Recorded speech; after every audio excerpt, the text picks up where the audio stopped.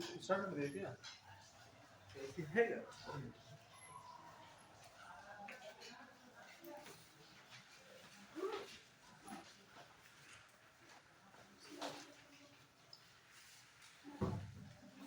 आज वाला लिखिए, वाला में लिखते रहिए क्या करते हैं जो है नेट पर देखो तो क्या बात है।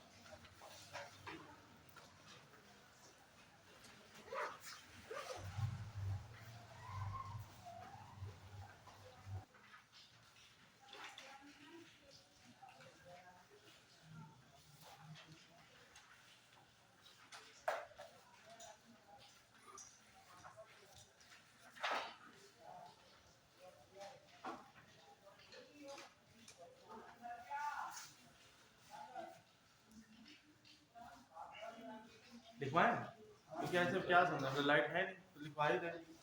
ठीक है, लिखिए।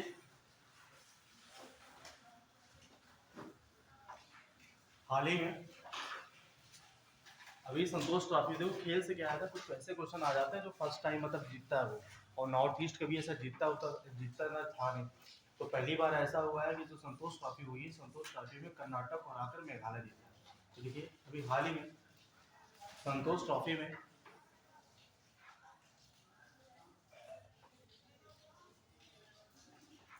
कर्नाटक ने कर्नाटक ने मेघालय को हरा करके जीत लिया है। क्योंकि लगभग संतोष क्या है, ये ट्रॉफी क्या होता है, नॉर्थ ईस्ट साइड में ज़्यादा जीती जाती है। तो खेल में ये इंपॉर्टेंट क्वेश्चन आने की संभावना है। संतोष ट्रॉफी अभी कौन सा राज्य ने जीता है, तो कर्नाटक राज्य ने जीता है। ठीक है, आगे लिखिए। अभी ग्रीन नेशनल हाईवे बनाया जा रहा है। ठीक है, ग्रीन नेशनल कॉरिडोर, ऐसे आदत है नहीं, अब वो फ्लो बन ही नहीं पा रहा है। अब अभी क्या बनाया जा रहा है, ग्रीन नेशनल कॉरिडोर। जानते हो क्या होता है? जैसे मान लो कि कोई भी कॉरिडोर है, ठीक है, कोई भी हाईवे है, उस हाईवे के साइड साइड में क्या हो, ग्रीनरी को बढ़ावा देना हो। ठीक है, तो छोटे छोटे पौधे, क्योंकि बड़े बड़े पौधे देखो, अब तुम देखते हो कि हाईवे के पास से बड़े बड़े जो पौधे होते थे वो हटाए जा रहे हैं। उससे प्रॉब्लम ये होती है, जैसे मान लो बहुत तेजी से अगर मान लो तूफान आता है, आंधी आती है, तो उसकी वजह से एक्सीडेंट के चांसेस बहुत ज़्यादा बढ़ जाते हैं। तो एक जापानी मेथड होता है कि छोटे छोटे ग्रीनरी आप लगाइए और छोटे से एरिया में ज़्यादा लगाइए। तो वो क्या होता है कि कार्बन का जो कंजम्पशन होगा वो बहुत तेज़ी से करेगा। ठीक है, जितना एक पेड़ करेगा लगभग उसी के बराबर पे एसी एरिया में अब ज़्यादा से ज़्यादा आप क्या लगा दीजिए, छोटे छोटे पेड़ लगा दीजिए ग्रीन वाले। तो ग्रीन कॉरिडोर बनाए जा रहे हैं। तो उसके तहत वर्ल्ड बैंक ने कितने राज्यों के साथ समझौता किया है? 4 राज्यों के साथ। ये क्वेश्चन पूछेगा, देखो 4 राज्य नहीं पूछेगा, वो पूछेगा कितने, क्योंकि राज्य बढ़ गया जाता है। तो उसे कितने राज्यों के साथ समझौता किया है? 4 राज्यों के साथ। ठीक है, अभी हाल ही में वर्ल्ड बैंक ने green national highway corridor green national highway corridor green national highway corridor परियोजना के निर्माण के लिए, ग्रीन नेशनल हाईवे कॉरिडोर परियोजना निर्माण के लिए भारत के 4 राज्यों के साथ समझौता किया। 4 राज्यों के साथ समझौता किया।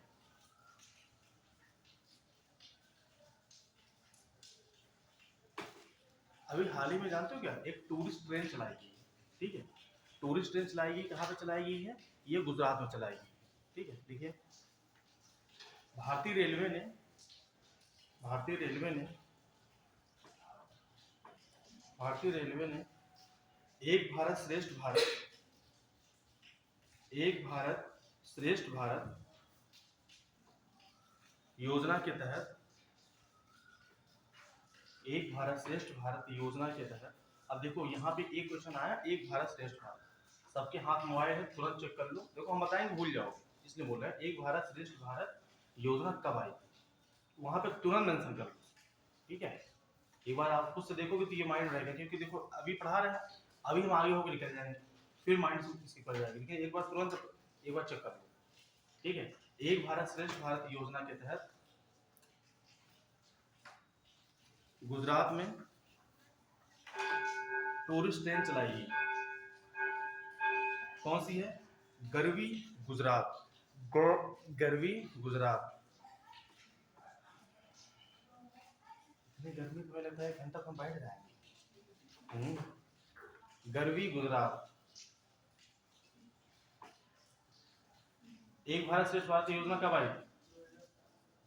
अब अकेले पता कर लिए तो फिर बता दो ना, जैसे याद सबको रहे भाई। कब आई थी? 2015। एक बार फिर चेक करो, एक भारत श्रेष्ठ भारत योजना कब आई? 31 अक्टूबर 2015। ठीक है, अब कुछ तुम भी खोजोगे कि हम ही सब कुछ बताया करेंगे? ठीक है, अरे नहीं ये बहुत सही तरीका है। देखो टाइम मिलता नहीं है, नहीं बहुत सी चीज़ तुमसे मतलब सर्च करवाता है। उससे क्या होता है जब तुम सर्च कर लेते हो ना तो लॉन्ग टर्म माइंड में रहता है वो। और हमारे देखो हम उससे रिलेटेड चीज़ बता दें, सर्च अगर करने से क्या होता है कि अभी देखिए क्लास हो गई, अब ये हम एग्जैक्ट बता रहे हैं एग्जाम में अगर क्वेश्चन आएगा एक भारत श्रेष्ठ भारत योजना तो कोई नहीं भूलने वाला। 31 अक्टूबर 2015। ठीक है, एक माइंड में आ जाता है क्लास में हम ये चीज़ें, क्योंकि माइंड क्या होता है दिमाग बहुत कॉन्शियस लेवल उसका मैक्सिमम होता है। तो कॉन्शियस लेवल जब मैक्सिमम टाइम पे होता है तो फिर उसमें क्या होता है चीज़ें जल्दी भूलती नहीं। ठीक है, आगे चलें। जबकि रटा हुआ चीज़ अपने आप से पढ़ा हुआ चीज़ भूल जाता है। आगे चलिए, अभी हाल ही में एक अटल टिंकरिंग, देखो अभी इनोवेशन को बढ़ावा देने के लिए नीति आयोग हमेशा क्या होता है अटल इनोवेशन मिशन शुरू किया गया था। ठीक है, तो अब उसी अटल इनोवेशन मिशन के तहत क्या होता है कि टिंकरिंग लैब स्थापित किए जाते थे। तो उसी के लिए एक ऐप लाया गया है अटल टिंकरिंग लैब। ठीक है, अटल टिंकरिंग लैब सारथी पोर्टल। ठीक है, किसका है ये? नीति आयोग। अटल टिंकरिंग लैब सारथी, अटल एटीएल सारथी सीधा लिख लो अगर क्वेश्चन आता है। एटीएल हाल ही में एटीएल सारथी जो लॉन्च किया गया है, ये किसके द्वारा लॉन्च किया गया है? ये नीति आयोग के द्वारा लॉन्च किया गया है। और ये क्यों लॉन्च किया गया है? क्योंकि नीति आयोग के द्वारा एक मिशन चलाया जा रहा है अटल इनोवेशन मिशन। ठीक है, अटल नवाचार मिशन। तो अटल इनोवेशन मिशन के तहत अटल टिंकरिंग लैब की स्थापना की जा रही है। लगभग 500 अटल टिंकरिंग लैब स्थापना की जा रही है। ये नहीं पूछेगा कितने, ये पूछेगा कि अभी उसी अटल टिंकरिंग लैब को बढ़ावा देने के लिए एक प्रकार का पोर्टल लॉन्च किया गया है कि जो स्व निगरानी कर सके, उस पर चेक कर सके कि कैसा चल रहा है, कैसा प्रोग्राम आगे बढ़ रहा है। तो उसके लिए अटल एटीएस सारथी लॉन्च किया है, इसके द्वारा नीति आयोग के द्वारा। मेन ये पूछेगा अभी हाल ही में एटीएस सारथी लॉन्च किया गया, किसके द्वारा लॉन्च किया गया? तो नीति आयोग के द्वारा लॉन्च किया। ठीक है, आगे लिखिए।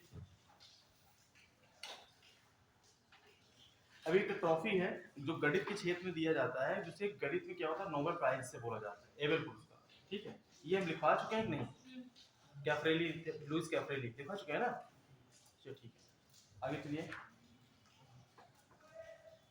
अभी वन स्टॉप, हाँ एक चीज ये पहले चेक कर लो, अटल इनोवेशन मिशन शुरुआत कब हुई थी? मुझे पता है 15, लेकिन एक बार तुम ही चेक कर लो। अटल इनोवेशन मिशन, भाई सब मोबाइल रखे रहो। देखो कुछ चीज़ें बताते रहो उसे, इसलिए कि वो क्वेश्चन एग्जाम में आने की संभावना ज़्यादा होती है। एक चीज नोट डाउन कर लेना, शायद क्वेश्चन इस बार आ जाए उस पर, क्योंकि वो बार चर्चा हो रही है उस पर। NIF की, नेशनल इन्वेस्टमेंट फंड की, इसकी स्थापना कब हुई थी ये लिख लीजिए। और ये हम बता दे रहे हैं क्या होता है national investment fund. National investment fund NIF बताए। अटल इनोवेशन मिशन कब आया? हाँ, बोला नहीं होगा। देखो ऑथेंटिक डेटा चेक करो भाई। अरे ऑथेंटिक डेटा चेक करो भाई, 16-18 का करिए।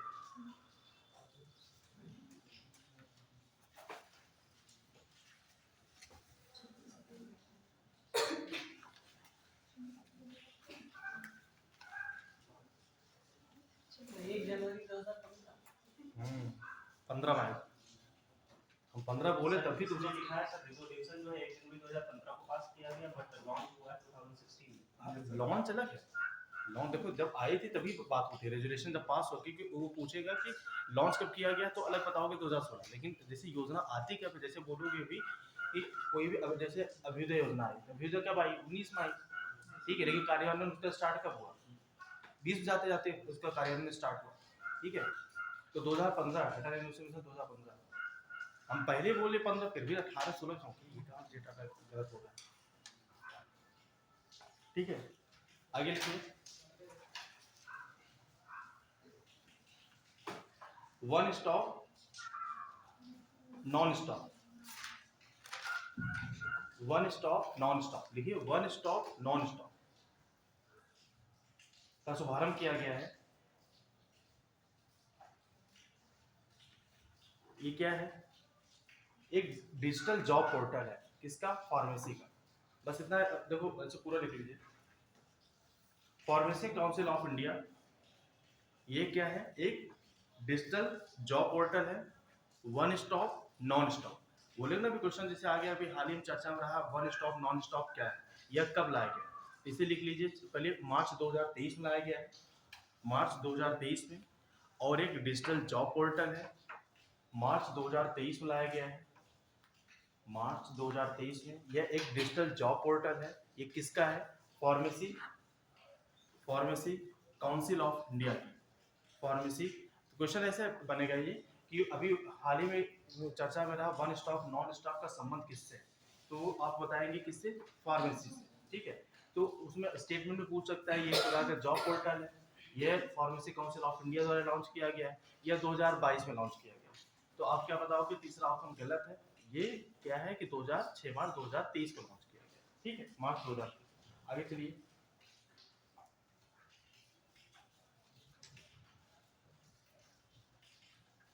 देखो, एक है रिसर्च के लिए, लेकिन इतना इंपॉर्टेंट ये है नहीं। ठीक है, पहले जो इंपॉर्टेंट वो करा देते हैं। वर्ल्ड हैप्पीनेस इंडेक्स पढ़ा चुके थे, क्योंकि उसी दिन में याद आ रहा है फिन फन बोल रहे थे कि फन से याद रखना फिनलैंड। ठीक है, इंडिया पोजीशन कितनी है याद रखे जाओ भाई, ये क्वेश्चन जरूर है। हाँ नहीं, गलत बोलिए। हाँ नहीं भाई, ये भी उसी दिन में पढ़ा होगा, जल्दी कैसे भूल जाओ? 126 भाई। तो अच्छा 36 सुनाई दे रहा है ना भाई? अच्छा नहीं, हमें 136 सुनाई दे रहा है, तभी तो हम सोचे कि 136 है।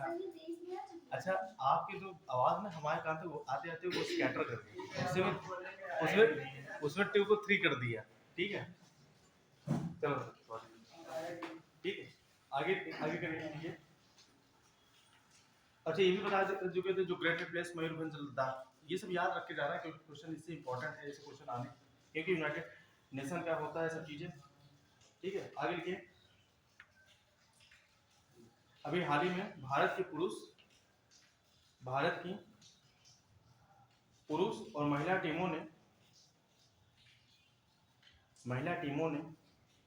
पुरुष और महिला, क्योंकि ये दोनों टीम हराई है, इसलिए देखो इंपॉर्टेंट मतलब महिला और पुरुष टीमों ने एशियाई खो खो चैंपियनशिप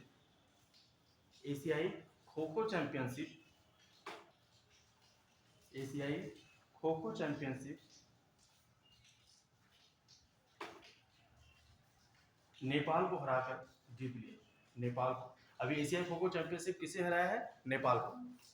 क्वेश्चन तो इससे इतना आते नहीं है, लेकिन अभी दोनों टीमों ने हराया है तो फिर शायद चांसेस हो।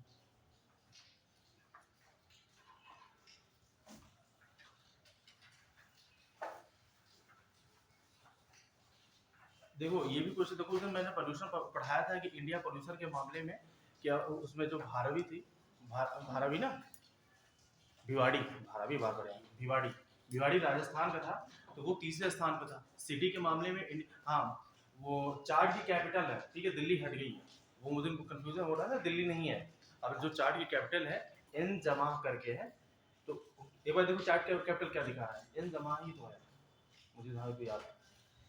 तो सबसे अगर पोल्यूटेड अगर पूछा जाए कि किसकी कैपिटल है, तो वो चार्ट की कैपिटल है, एन जमा ही तो है, एक बार चेक कर।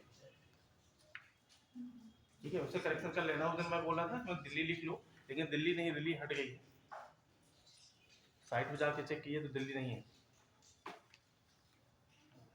इन्हीं पत्रिका में भी दिल्ली ही दे रखे हैं।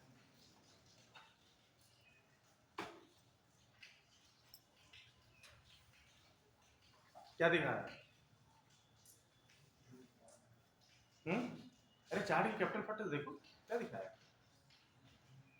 एन जमीना दिखा रहा है। एन जमीन, हाँ वही, यही है सबसे पोल्यूटेड। अगर नेट नहीं चल रहा है, अच्छा चलिए ठीक है चलिए एक उसे करेक्शन कर लीजिएगा। उसमें ये क्वेश्चन पूछ सकता है, देखो उस दिन शायद हम बताना है मिस करके, उसमें ये पूछ सकता है कि इंडिया की टॉप 50 में पोल्यूशन में इंडिया के कितने सिटी हैं, तो क्या लिखोगे 39। ये क्वेश्चन क्योंकि बहुत ज़्यादा सिटी है जो इंडिया के पोल्यूटेड है, तो ये क्वेश्चन आ सकता है। जहाँ तक यूपीपीसी में डेटा तुरंत फटाक पूछ लेता है, तो कितना लिखोगे 50 प्रदूषक शहरों में से इंडिया की 39 शहर है, 39। और उसमें से अगर सबसे पोल्यूटेड अगर देखा जाए तो कौन सा था वो, भिवाड़ी। हमारा भी पता नहीं क्यों हमें याद आता, भिवाड़ी राजस्थान।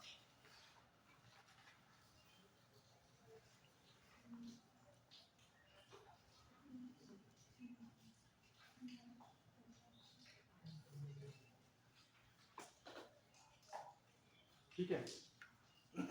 अब तुम्हें ये तो पूछना नहीं है 23 मार्च को स्थापना किसकी हुई थी, डब्ल्यूएमओ की हुई थी, ये बस ऐसे मेंशन कर लो, डब्ल्यूएमओ की स्थापना जो हुई थी 23 मार्च को हुई थी।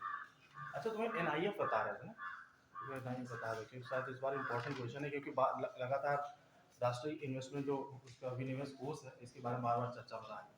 देखो बस इसमें इंपॉर्टेंट ये है कि जैसे एनआईएफ की बात आए तो एनआईएफ की स्थापना 2005 में हुई थी। एनआईएफ में क्या होता है, एनआईएफ राष्ट्रीय नेशनल इन्वेस्टमेंट फंड, राष्ट्रीय निवेश कोष, विनिवेश का है, राष्ट्रीय निवेश कोष। ठीक है। इसमें क्या होता है कि अगर पूछा जाए कि जैसे कोई अगर एनआईएफ के बारे में क्वेश्चन आता है जैसे स्टेटमेंट में कि इसमें पैसा संचित निधि का पैसा होता है, नहीं, पहली बात तो इसमें संचित निधि का पैसा नहीं होता। फिर दूसरा है कि इसकी स्थापना 2004 में हुई थी, नहीं, इसकी स्थापना 2004 नहीं 2005 में हुई थी। फिर तीसरा क्वेश्चन है तो इसमें पैसा क्या होता है, ये पैसा कहाँ से इसमें आता है, तो इसमें क्या होता है कि जैसे आप म्यूचुअल फंड होता है, जैसे आप कोई अलग कंपनी है, उस कंपनी के माध्यम से जो पैसा जनरेट होता है, जो भी फाइनेंस करने वाली कंपनी आती है, ठीक है, जैसे आपकी इसकी स्टार्ट हो एलआईसी कोई बीमा स्टार्ट हो, या तो आपका म्यूचुअल फंड स्टार्ट हो गया, तो इस टाइप की कंपनियों के साथ एक बॉन्ड होता है, तो वो पैसा इसमें निवेश होता है, जिसके माध्यम से वर्ग जैसा राष्ट्रीय कार्य करने में ये काम किया जा सकता है। इसमें संचित निधि का पैसा नहीं होता। यही 3-4 चीजें रिलेट करके पूछेगा, जैसे पिछली बार पूछ दिया था पीएफ आरडीए के बारे में, प्रोविडेंट फंड के बारे में, तो उसमें कौन कौन सा होता है, क्या होता है, ठीक है। तो ये 3-4 चीज इसमें इंपॉर्टेंट है। इसमें पैसा क्या होता है, संचित निधि से पैसा नहीं होता है, क्योंकि क्वेश्चन पूछ सकता है कहाँ से पैसा होता है, संचित निधि पैसा नहीं होता है। जो भी बीमा करने वाली कंपनियां होती हैं या मार्केट में लगने वाली कंपनियां होती हैं, उनके साथ टाई अप करके वो पैसा इसमें रखा होता है, ठीक है। आगे चले, देखिए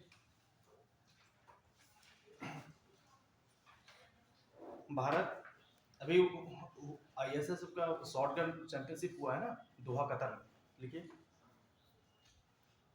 पहले ये लिख लीजिए आईएसएसएफ, अरे अब आया, ठीक है, हाँ ऐसे में बहुत अनकंफर्टेबल फील हो रहा था करने में। देखिए पहले आईएसएसएफ शॉटगन विश्व कप 2023 ये कहाँ हुआ है, ये शूटिंग से रिलेटेड। आईएसएसएफ शॉटगन विश्व कप 2023 ये कहाँ पे हुआ है, दोहा में, कतर की राजधानी दोहा में, कतर की राजधानी, हाँ 2023, हाँ आईएसएसएफ विश्व शॉटगन 2023 ये कहाँ पे हुआ है, क्योंकि इंपॉर्टेंट क्वेश्चन है, ठीक है। ये कहाँ पे हुआ है, दोहा में, कतर की राजधानी दोहा,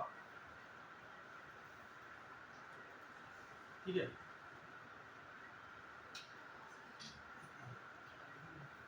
कतर की राजधानी दोहा में हुआ। इसमें ब्रॉन्ज मेडल जीता है एक शूटर ने, उस शूटर का नाम क्या है, पृथ्वीराज तोंडीमल। पृथ्वीराज, इसमें ब्रॉन्ज मेडल जीता है शूटर ने, पृथ्वीराज तोंडीमल, पृथ्वीराज तोंडीमल, पृथ्वीराज तोंडीमल। एक इंपॉर्टेंट क्वेश्चन और लिख लीजिए इसके बाद,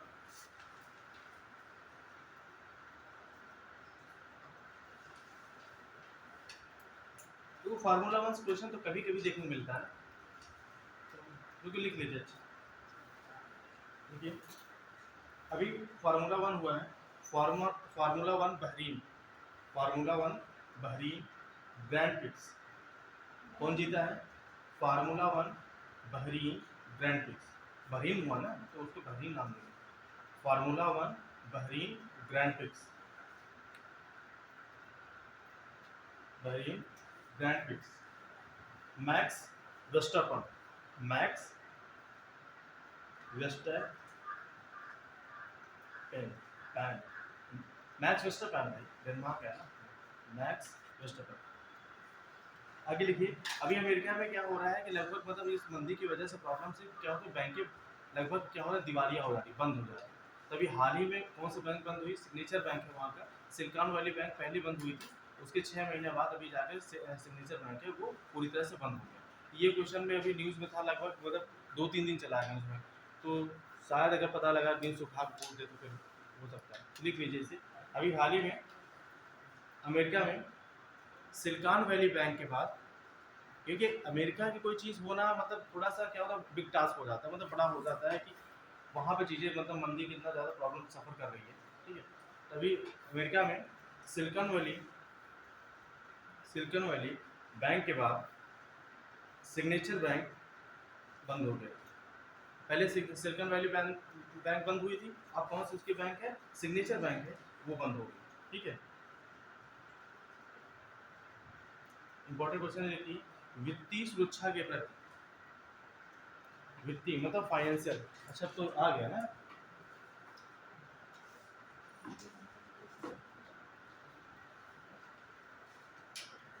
रुके नहीं, इसे इसे नहीं करवा रहा है, इसे अच्छे समझा के भी करा रहा हूं, ठीक है।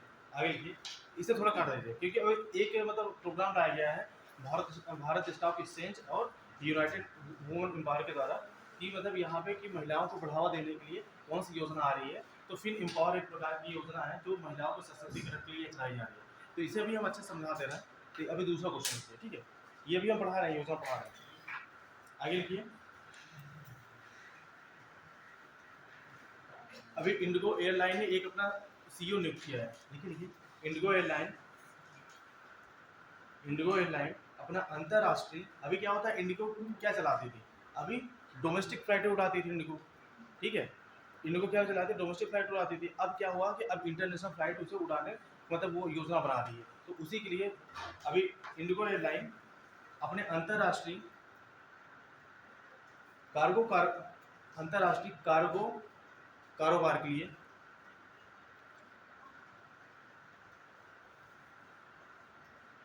कार्गो कारोबार के लिए अभी उसने चीफ कॉमर्शियल ऑफिसर नियुक्त किया गया है, मुख्य वाणिज्यिक अधिकारी नियुक्त किया है मार्क सच को, मार्क सच मार्क सच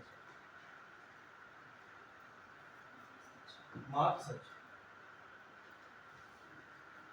ठीक है। देखिए, भारतीय रिजर्व बैंक ने, ये इंपॉर्टेंट क्वेश्चन, भारतीय रिजर्व बैंक ने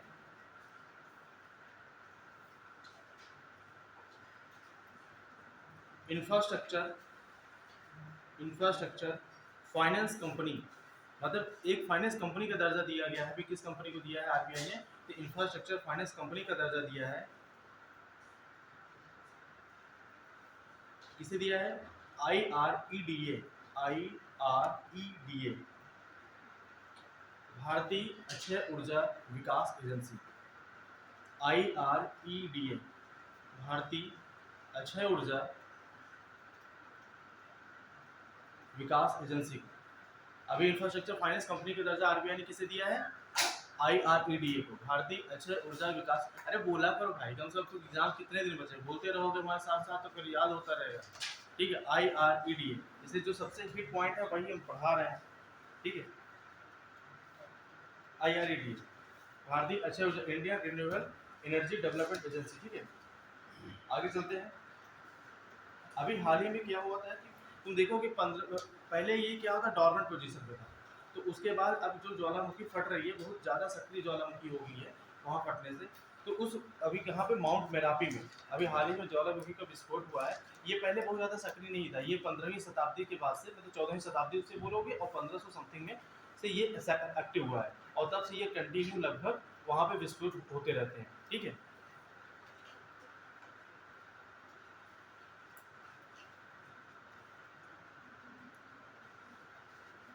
देखो क्या होता है कि कोई भी जैसे वोल्केनो आता है, ठीक है, वोल्केनो, तो वोल्केनो आने के एक बार अगर हम दो पैसिव रिंग ऑफ फायर वाले एक जो प्रशांत क्षेत्र वाला जो क्षेत्र होता है, उस क्षेत्र में क्या होता है कि वहाँ पे बहुत ज़्यादा क्या हो रहा है, डिस्ट्रक्शन हो रहा है, तो उसी वजह से जब दो प्लेटें आपस में क्या होती है, मिलती हैं, तब एक समय क्या होता है कि एक प्लेटें को क्या होता है, एक प्लेटें ऊपर उठती हैं, एक प्लेटों का क्या होता है, सबडक्शन होता है, नीचे जाती है, तो इसकी वजह से कि क्या होता है, ज्वालामुखी आने के चांसेस होते हैं, अर्थक्वेक आने के चांसेस होते हैं। एक समय पे और रिच बनता है, ज्वालामुखी आती है जब दोनों प्लेटें क्या होती है, टूटती हैं और क्या होती है, हटती हैं। उसकी वजह से लावा क्या होता है, ऊपर निकलता है, ऊपर निकलने के साइड साइड प्लेटों पे बैठ जाता है, जिसकी वजह से क्या होता है, उसे एक रिज का निर्माण होता है, जिसे क्या बोलते हैं, कटक रिज। ये सबसे ज़्यादा रिज का निर्माण कहाँ पे होता है, अटलांटिक ओशन में। तो हमेशा क्या क्यों अटलांटिक ओशन होता है, क्योंकि वहाँ से प्लेटों को क्या होता है, एक प्लेटें दूसरी प्लेटों से क्या होती है, दूर जाती है। तो हमेशा माइंड बनाए रखना कि जब जैसे मान लो कि ये दो प्लेटें होती हैं, ये प्लेट होती है, ये दूसरी प्लेट है, ठीक है। एक मान लो कौन सी प्लेटें हैं, एक होती है कॉन्टिनेंटल प्लेटें होती है, कॉन्टिनेंट, कॉन्टिनेंटल मतलब महाद्वीप,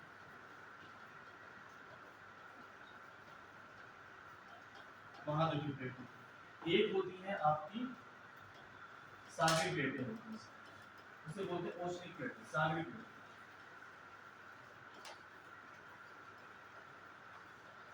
ओशनिक प्लेट होती है, इसे बोलते हैं महासागर।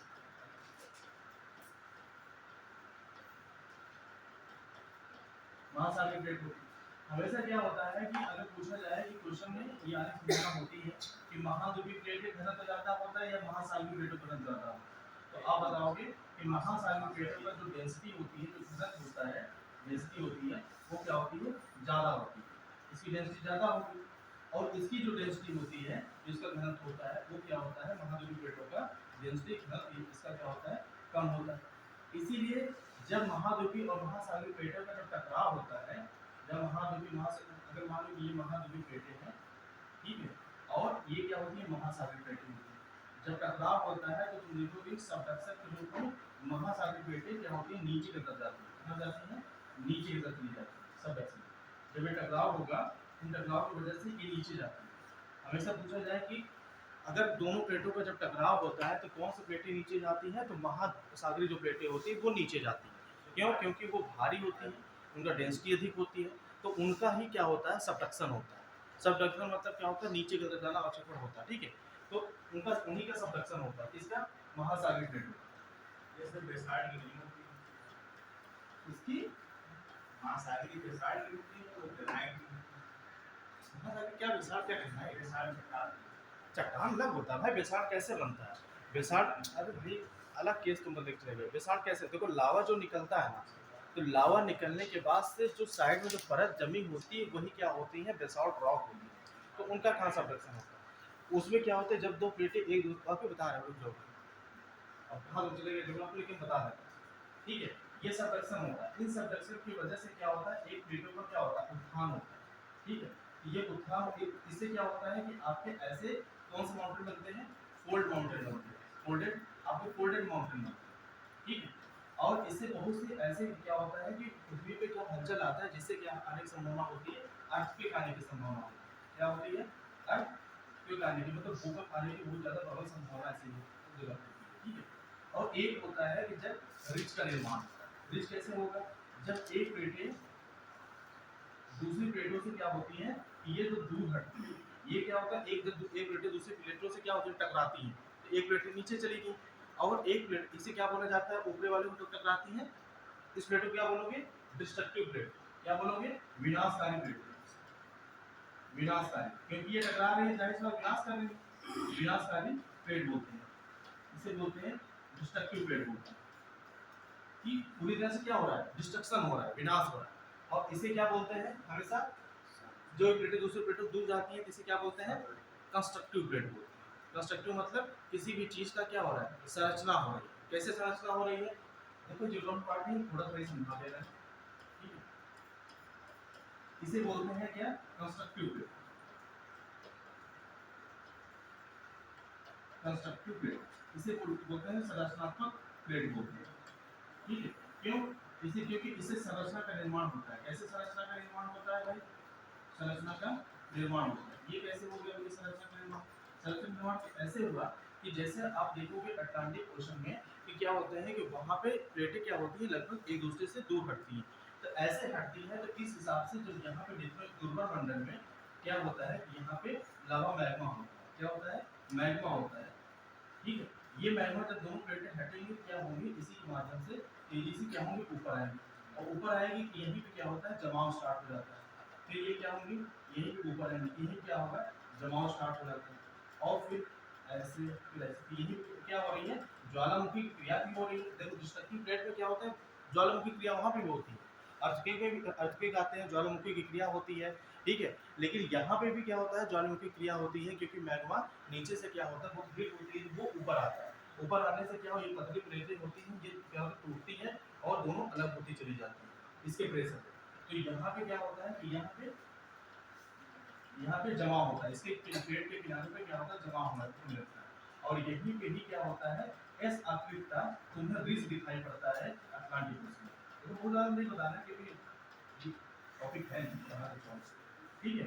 तो यही जो जो आपका यही से फिर क्या होता है, जो बेसाल्ट निकलते हैं लावा का, तो उसी वजह से क्या होता है कि कौन से वहाँ पे ड्रॉप सिस्टम होता है, बेसाल्ट, ठीक है। बेसाल्ट का रॉक सिस्टम, जैसे दक्कन का टाइप आप देखते हो कि वहाँ पे जो लावा का निक्षेप हुआ है, ठीक है, काली मृदा वहाँ पे ज़्यादा है, लावा निक्षेप है, तो कैसे हुई, ज्वालामुखी क्रियाओं के द्वारा वहाँ निक्षेप हुआ है। तो इससे क्या होता है कि इससे भी यहाँ पे एक संरचना बन रही है, एक ब्रिज फॉर्म हो रहा है, एक क्या हो रही है, संरचना बन रही है, इसी वजह से इसे क्या बोला गया, कंस्ट्रक्टिव प्लेट बोला, ठीक है। और ये जो ब्रिज वाली फॉर्म सबसे ज़्यादा कहाँ दिखती है, अटलांटिक ओशन में सबसे ज़्यादा दिखती है, ठीक है। तो ज्वालामुखी की यही क्रिया है।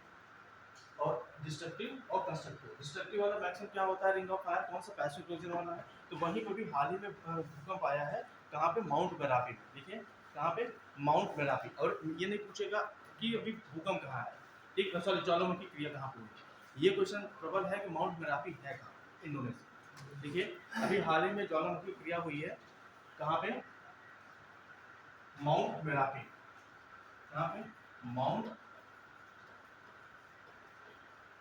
मेरापी, ये कहाँ पे है, इंडोनेशिया।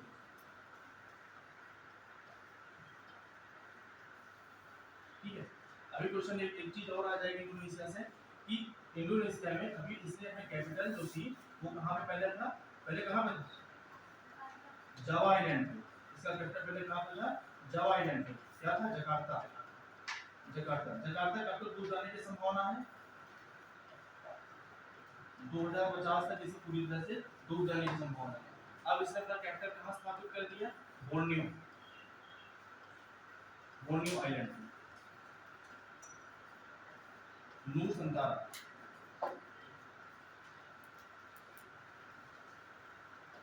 ये क्वेश्चन पूछ सकता है, क्योंकि अभी हमें नूसंतारा तो पता है, जकार्ता तो पता है, लेकिन किस आइलैंड पर ट्रांसफर कर रहा है, ये बोर्नियो आइलैंड पे ये ट्रांसफर कर दिया। पहले कहाँ पे था, जावा आइलैंड पे था जकार्ता, जिसे 2050 तक पूरी तरह से यह डूबने की आशंका है, ये पूरी तरह से क्या हो जाएगा, पानी में समाहित हो जाएगा, ठीक है। लेकिन अब उसने अपने कैपिटल को ट्रांसफर किया नूसंतारा को, कहाँ पे, बोर्नियो आइलैंड, किस आइलैंड पे, बोर्नियो आइलैंड, ठीक है। अब इससे ज्यादा नहीं पढ़ना है, और आगे चलिए, ठीक है, लिख लो। देखो शायद पूछ दे प्रधानमंत्री की, अभी हाल में चीन के नए प्रधानमंत्री कौन बने, चीन के नए प्रधानमंत्री ली कियांग, ली कियांग,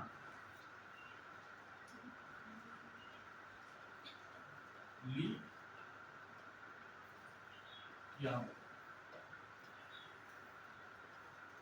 अभी चीन के प्रधानमंत्री कौन बने हैं, ली कियांग, और सी जिनपिंग यहाँ पे क्या है, राष्ट्रपति, कौन, सी जिनपिंग, सी जिनपिंग, ये प्रेसिडेंट यहाँ पे है, कितनी बार बने हैं, तीसरी बार, ये याद रखना, थर्ड टाइम, क्योंकि ये क्वेश्चन तुम्हें सी जिनपिंग से तुम्हें पता होगा, उसे तो तुम्हें पता है, लेकिन वो इस पे जाएगा कि कितनी बार बने, थर्ड टाइम, ठीक है। तो ये क्वेश्चन जानते हो, अगर इस टाइप क्वेश्चन जो आते हैं बहुत जो फेमस होते हैं, वो क्वेश्चन वन लाइन कभी नहीं आते, वो स्टेटमेंट में आते हैं, पहला दूसरा स्टेटमेंट उसका जरूर रहेगा, ठीक है। आगे चलिए, देखो पैटर्न बदल चुका है 2019-20 से, दूसरे क्वेश्चन को अगर तुम्हें पता भी है तो उसने ऐसे फॉर्म किया है कि उससे कई इंफॉर्मेशन तुम्हें पता है, ठीक है। आगे लिखिए, अभी आईएमएफ ने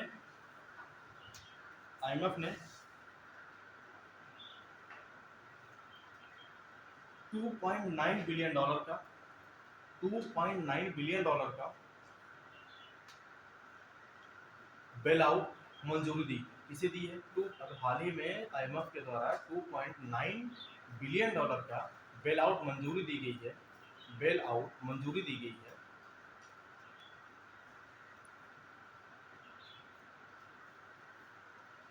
अच्छा ये बताइए, अभी जो जून से जो सेशन स्टार्ट होगा उस समय मतलब आप सब रहोगे ना, मतलब ये अच्छा तो बेल आउट मंजूरी दी गई है, ठीक है। तो ये बेल आउट जो मंजूरी दी गई है ये किसे दी गई है? श्रीलंका को। देखिए किसे दी गई है? श्रीलंका को। क्या है ना, श्रीलंका को क्या होता है कि अपने जैसे बेल आउट मंजूरी नहीं होगा, श्रीलंका अब अपने बायलेटरल के माध्यम से कि दूसरे देशों के साथ वो पैसा लेन देन हो जाएगा, मतलब वो आराम से पैसा इंडिया से ले सकता है। अगर चाइनीज पैसा है तो वो सिर्फ दुबई भी है, इसी वजह से कार्ड है, और कोई देश से पैसा देना चाह रहा है तो दे सकता है, ठीक है। अभी ये क्वेश्चन ये आएगा, हाल ही में आईएमएफ ने किसे 2.9 बिलियन डॉलर की मंजूरी दी, इसलिए पूछ देगा क्योंकि यहाँ दो कंट्रीज में ऐसे सफर कर रहा है। एक कंट्री सफर कर रही है कौन सी? एक कर रही है आपकी वो पाकिस्तान, दूसरी सफर कर रही है श्रीलंका। तो इसमें क्वेश्चन पूछ सकता है कि अभी हाल ही में आईएमएफ के द्वारा किसी बेल आउट को मंजूरी दी गई है? तो मंजूरी दी गई है किसे? श्रीलंका को। आगे चलते हैं। देखो ये भी क्वेश्चन बहुत इंपॉर्टेंट है। अभी मलेशिया की एक वहाँ पे प्रेसिडेंट थे, उन्हें भ्रष्टाचार के आरोप में गिरफ्तार किया गया। देखिए पूर्व प्रधानमंत्री मुहिद्दीन यासिन को, पूर्व प्रधानमंत्री, तो एक प्रधानमंत्री नहीं लिखना है, सीधा लिखना मुहिद्दीन यासिन, मतलब ठीक है। पूर्व प्रधानमंत्री मुहिद्दीन यासिन को भ्रष्टाचार के आरोप में, पूर्व प्रधानमंत्री मुहिद्दीन यासिन को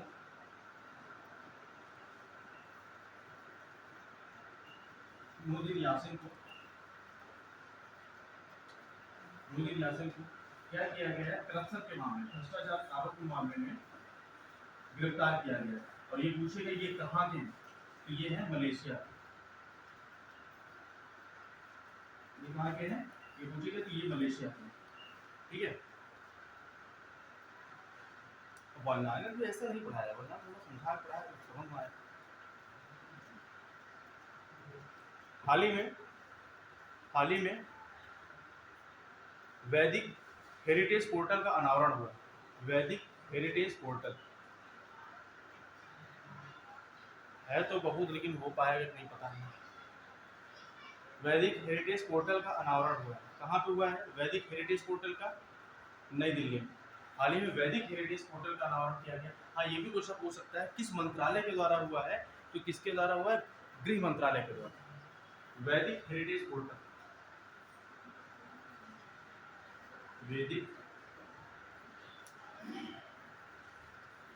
हेरिटेज पोर्टल, तो वैदिक हेरिटेज पोर्टल का अनावरण किया गया है। ये कहाँ किया गया है? बोलते रहो नई दिल्ली। देखो क्लास को क्या बोल बोल के पढ़ो। देखो हमारे एक सर थे, तो वो अभी जेएनयू छोड़ करके उन्होंने अपनी कोचिंग स्टैब्लिश कर ली, सीएमई कंपटीशन में डीजी, ठीक है। तो वो हमेशा जब क्लास पढ़ाते थे, हम सब जब यंग एज तुम लोग एज टाइप के थे, तो उसमें वो पूरा क्लास ऐसे पढ़ा लेते तो पूरा रटा। एक होता है ना कि क्लास में ही रटा दे कि 70% चीज़ें आपके माइंड में हो जाए, फिर 30% आपको क्या होता है रिविजन माइंड से कंप्लीट हो जाता है। तो जितने क्वेश्चन करंट पढ़ाते थे, क्वेश्चन पढ़ाते थे, फिर उसे रटाते, बोलते रहो बोलते रहो। अब उसे कोई बच्चा बोल दिया तो उसे बोलते हो बाहर मिलो बाहर मिलो, ठीक है। जेएनयू प्रोफेसर तो उन्होंने छोड़ दिया, अब तो बिहार में इसमें उन्होंने कंपटीशन में डीजी कोचिंग छोड़ दी, ठीक है। नई दिल्ली किस मंत्रालय के द्वारा है? कौन सा? होम मिनिस्ट्री के द्वारा, गृह मंत्रालय के द्वारा, ठीक है। अमित शाह के द्वारा इसका अनावरण किया गया, ठीक है, होम मिनिस्ट्री। आगे चलिए, आगे लिखिए। देखो अभी एजुकेशन वर्किंग ग्रुप की बैठक हुई है अमृतसर में, के लिए इम्पोर्टेंट है, लिख लीजिए शायद पता नहीं। अभी शिक्षा मंत्रालय द्वारा एजुकेशन वर्किंग ग्रुप की बैठक हुई है।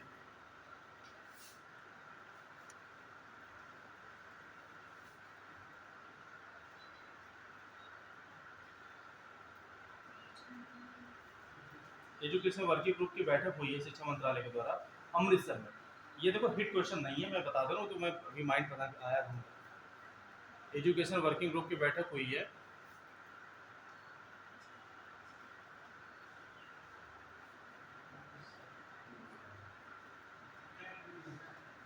एजुकेशन वर्किंग ग्रुप की बैठक हुई है अमृतसर में। आगे लिखिए, ये इंपॉर्टेंट क्वेश्चन है। अभी एग्री यूनिफेस्ट का आयोजन अनावरण किया गया है, उद्घाटन किया गया है। देखिए पूरा लिखिए, केंद्रीय कृषि कल्याण मंत्रालय के, केंद्रीय कृषि और किसान कल्याण मंत्री, केंद्रीय कृषि और किसान कल्याण मंत्रालय द्वारा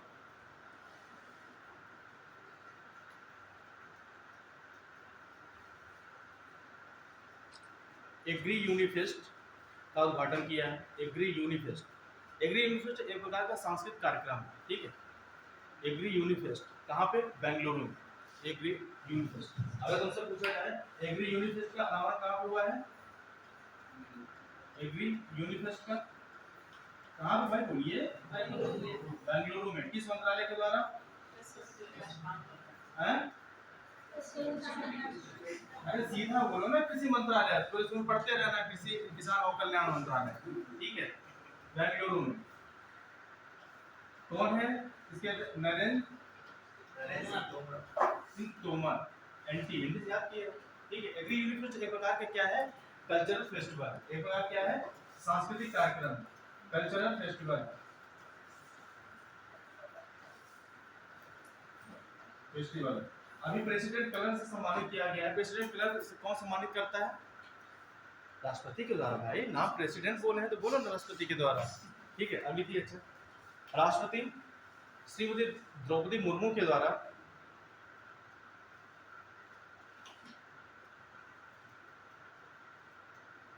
श्रीमती द्रौपदी मुर्मू के द्वारा आईएनएस द्रोणाचार्य को, आईएनएस द्रोणाचार्य, आईएनएस द्रोणाचार्य,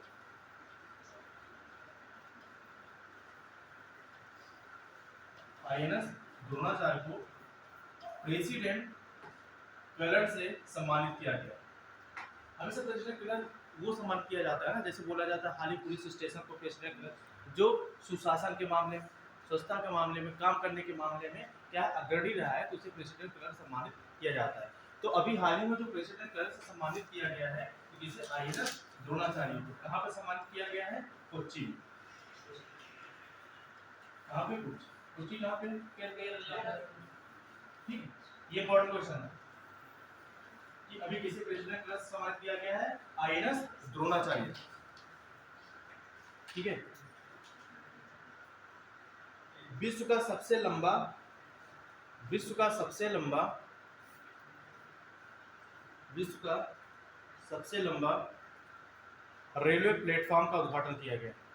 कहाँ पे? कहाँ? हुबली कहाँ? कर्नाटक, हुबली कर्नाटक में अभी सबसे लंबा रेलवे स्टेशन का अनावरण किया गया है, हुबली में। कहाँ? कर्नाटक, कर्नाटक में। पहले इसके पहले कौन सा प्लेटफॉर्म था? गोरखपुर था। अब कौन हो गया है? हुबली का 8वां नंबर का प्लेटफॉर्म है। ये नहीं पूछा 8वां नंबर, ये पूछे कि मतलब कहाँ सबसे ज्यादा लंबा है, तो हुबली, ठीक है।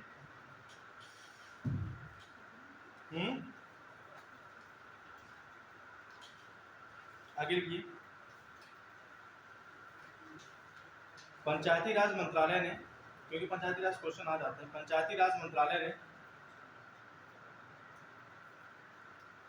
पंचायती राज मंत्रालय ने ऑनलाइन लेखा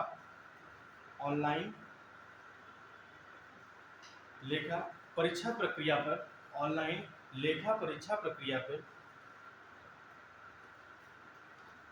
ऑनलाइन परीक्षा प्रक्रिया पर नई दिल्ली, दिल्ली राज्य के साथ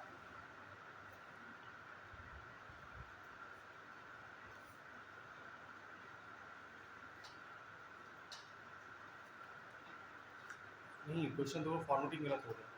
पंचायती राज मंत्रालय ने ऑनलाइन लेखा परीक्षा पर राज्यों के साथ जो बैठक की है, वो कहाँ पे की है? दिल्ली में की। फॉर्मेटिंग गलत हो गई। तो राज्यों के साथ अभी और की मतलब पंचायती राज मंत्रालय क्या कराएगी? जो भी परीक्षा लेखा परीक्षा कराएगी वो ऑनलाइन के माध्यम से कराएगी। तो इसकी बैठक कहाँ पे हुई है? न्यू दिल्ली में। ये नॉर्मल क्वेश्चन है, साधारण आ गया तो आ गया, इंपॉर्टेंट नहीं है, ठीक है। आगे लिखिए, अभी इम्पोर्टेंट क्वेश्चन है कि अभी 1 टीवी सेंटर का आयोजन किया गया है। कहाँ पे? वाराणसी में। ठीक है, लिखिए स्वास्थ्य और परिवार कल्याण मंत्रालय,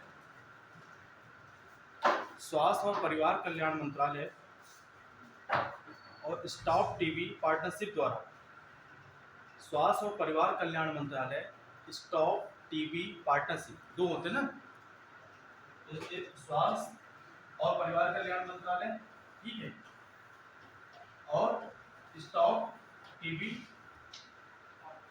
पार्टनरशिप के माध्यम से वन वर्ल्ड टीबी समिट का आयोजन हुआ है। One world TB summit, one world TB summit,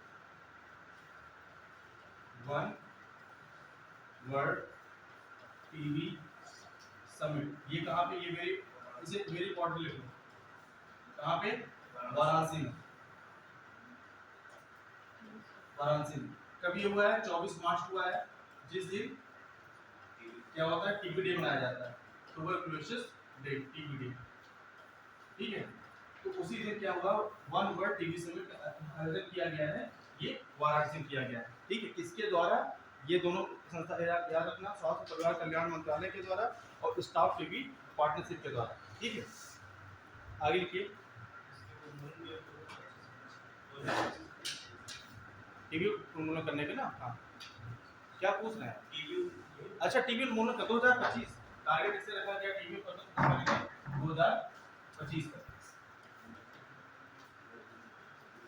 ठीक। आगे लिखिए, आरबीआई, आरबीआई गवर्नर द्वारा, कौन आरबीआई गवर्नर, शशिकांत दास है, आरबीआई गवर्नर द्वारा ग्रीनफील्ड डेटा सेंटर, ये इंपॉर्टेंट क्वेश्चन है, greenfield data centre, greenfield data centre और enterprise computing, greenfield data centre और दूसरा है enterprise computing and cyber security training institute, enterprise computing and cyber security training institute, लिख दें, लिख दें, ठीक है, लिखने में टाइम लगेगा ना, अच्छा हो जाएगा। साइबर सिक्योरिटी ट्रेनिंग इंस्टीट्यूट की स्थापना कहाँ की गई है, ओडिशा की कैपिटल भुवनेश्वर में। ये बॉडी दोनों संस्था याद रखना कि ये संस्था है कि साइबर सिक्योरिटी जो ट्रेनिंग इंस्टीट्यूट है और ग्रीनफील्ड जो डेटा सेंटर है, तो ग्रीनफील्ड डेटा सेंटर और साइबर सिक्योरिटी जो ट्रेनिंग इंस्टीट्यूट की स्थापना की जा रही है, ये किसके द्वारा की जा रही है, आरबीआई के द्वारा की जा रही है। कहाँ पे की जा रही है, उड़ीसा के भुवनेश्वर में। उड़ीसा में याद रखो, उड़ीसा भुवनेश्वर याद रखो, भुवनेश्वर पूछेगा सिटी, वो राज नहीं पूछेगा, राज मतलब कम चांस है, सिटी ज़्यादा पूछेगा, ठीक है। आगे लिखिए, क्योंकि इसी कंट्री का है ना। आगे लिखिए,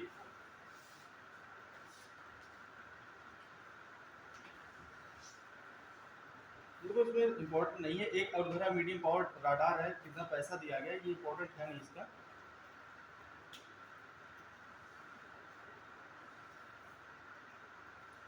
छोड़िए, दूसरा लिखिए, इम्पोर्टेंट नहीं है। प्रधानमंत्री नरेंद्र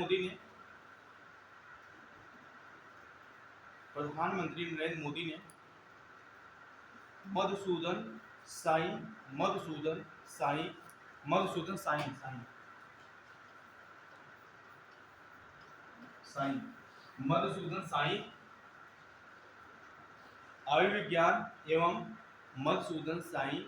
आयुर्विज्ञान एवं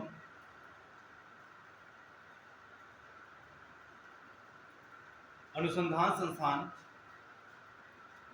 मधुसूदन साई आयुर्विज्ञान एवं अनुसंधान संस्थान का उद्घाटन किया है कर्नाटक के चिक्काबल्लापुर में। चिक्काबल्लापुर, कहाँ पे, चिक्काबल्लापुर।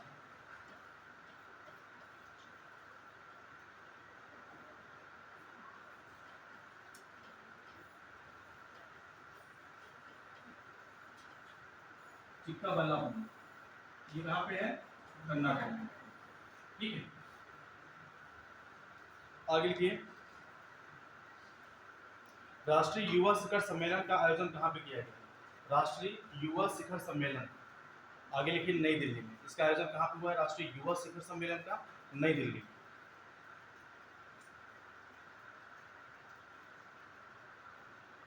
किस मंत्रालय के द्वारा किया जाता है राष्ट्रीय युवा शिखर सम्मेलन के लिए आयोजन किया गया है? देखिए, हाउसिंग मिनिस्ट्री के द्वारा, आवास एवं शहरी कार्य मंत्रालय और स्मार्ट शहर मिशन के द्वारा। स्मार्ट सिटी मिशन है ना, आवास और शहरी कार्य मंत्रालय और स्मार्ट सिटी मिशन, स्मार्ट शहर मिशन के द्वारा आयोजन किया गया। ठीक है,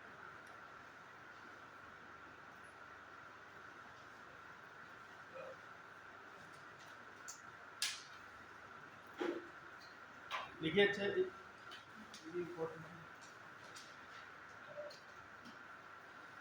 आगे लिख लीजिए। ये तो पढ़ा चुके हैं ना, सिविल 20 इंडिया की बैठक कहाँ पे हुई है? नागपुर। ये पढ़ा चुके हैं शायद हम, पढ़ा है ना सिविल 20 इंडिया की बैठक कहाँ पे हुई है? अरे भाई ये भी अब रिपीट बार बार होगा तो नए क्वेश्चन छूट जाएंगे ना। हाँ, पढ़ा चुके हैं ना? अरे तेजी से बोल दीजिए। ठीक है, आगे लिखिए। ये इंपॉर्टेंट, सागर परिक्रमा का, अच्छा वो तो तुम पूछ रहे थे प्रधानमंत्री कौशल विकास योजना, तो 4.0 आ चुकी है। ठीक है, उस दिन हम देखे थे, अपडेट हुआ नहीं था। हाँ हाँ, तो वो अपडेट हुआ नहीं था, तो हम साइट पे देख रहे थे, तो वो 4.0 आ चुकी है। ठीक है, प्रधानमंत्री कौशल विकास योजना कौन सी चलाई जा रही है? 4.0 चलाई जा रही है। ठीक है, 4.0 इस बजट में आया है, जिसमें 2022-23 में प्रधानमंत्री कौशल विकास योजना जिसमें चलाई जा रही है 4.0 चलाई जा रही है 2022-23 के बजट में आई। ठीक है, उस दिन हम पढ़ाया ना 3.0, लेकिन अभी क्वेश्चन आएगा ये 4.0 से। ठीक है, देखिए सागर परिक्रमा का चौथा चरण हो रहा है। ठीक है, ये क्वेश्चन पूछ देगा सागर परिक्रमा का। ठीक है, कहाँ पे हो रहा है? कर्नाटक में। सागर परिक्रमा का चौथा चरण हाल ही में आयोजन हुआ है इसका, कर्नाटक में।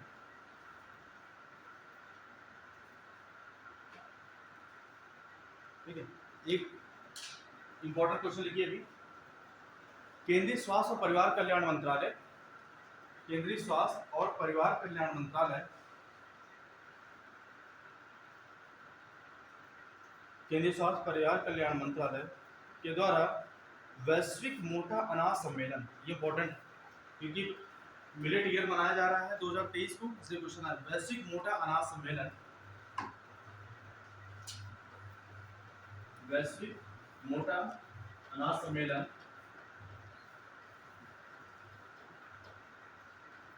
कहाँ पे आयोजन हुआ इसका? नई दिल्ली, न्यू दिल्ली।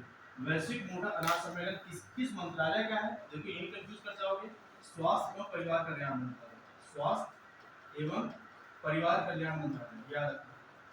ठीक है, और अभी हाल इंटरनेशनल मिलेट डे जो मनाया जा रहा है, ये किस वर्ष मनाया जा रहा है? 2023 में मनाया जा रहा है। और मोटा अनाज को बजट में किस नाम से जाना गया है? श्री अन्न के नाम से जाना गया। किस अन्न के नाम से जाना गया? श्री अन्न के नाम से जाना गया। ठीक है, आगे लिखिए।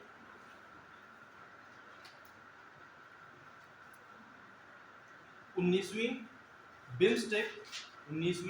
बिम्स्टेक इंपॉर्टेंट क्वेश्चन है ये। 19वीं बिम्स्टेक मंत्री स्तरीय बैठक, बिम्स्टेक एक संस्था होती है बिम्स्टेक। ठीक है, 19वीं बिम्स्टेक की जो बैठक अभी हुई है, ये वर्चुअली हुई है। बिम्स्टेक जो मंत्री होते हैं, मंत्रियों की जो बैठक हुई है, ये कैसी हुई है? आभासी रूप से हुई है, वर्चुअली हुई। ठीक है, वर्चुअली हुई। तो इस बैठक में ये नहीं पूछेगा कहाँ आयोजित किया है, ये पूछेगा इसकी अध्यक्षता कौन किया है। तो किसके द्वारा किया गया अध्यक्षता?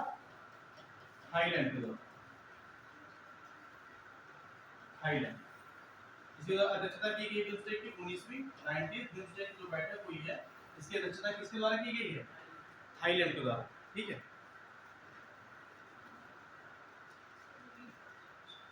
रिपीट करते हैं। 19वीं बिम्स्टेक मंत्रियों की बैठक की अध्यक्षता 19वीं बिम्स्टेक मंत्री की बैठक की अध्यक्षता थाईलैंड के द्वारा की गई।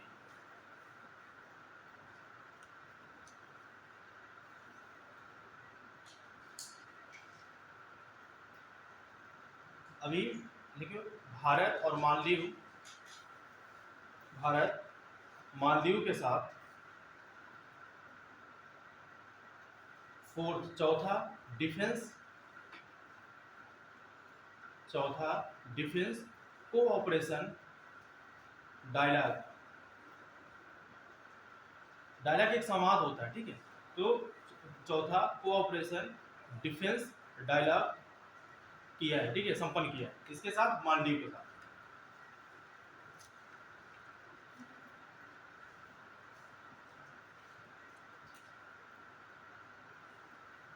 ये तो नहीं पूछेगा जियो सिनेमा का ब्रांड एम्बेसडर कौन बनाएगा, सूर्य कुमार यादव, ऐसे बोल दे रहे हैं जियो सिनेमा का ब्रांड एम्बेसडर सूर्य कुमार यादव, ठीक है। क्योंकि भरोसा नहीं होता, क्वेश्चन आ जाते हैं कभी कभी ऐसे तुक्के में एक आध क्वेश्चन, ठीक है। हाँ ये क्वेश्चन लिख लो, अभी आरबीआई है किस फिनटेक की कंपनी है, ठीक है, ऑनलाइन कंपनी है चलाने वाली, किस पे जुर्माना लगाया है? अमेजन पे। भारतीय रिजर्व बैंक ने अभी हाल ही में अमेजन पे इंडिया प्राइवेट लिमिटेड पे अमेजॉन पे इंडिया प्राइवेट लिमिटेड पे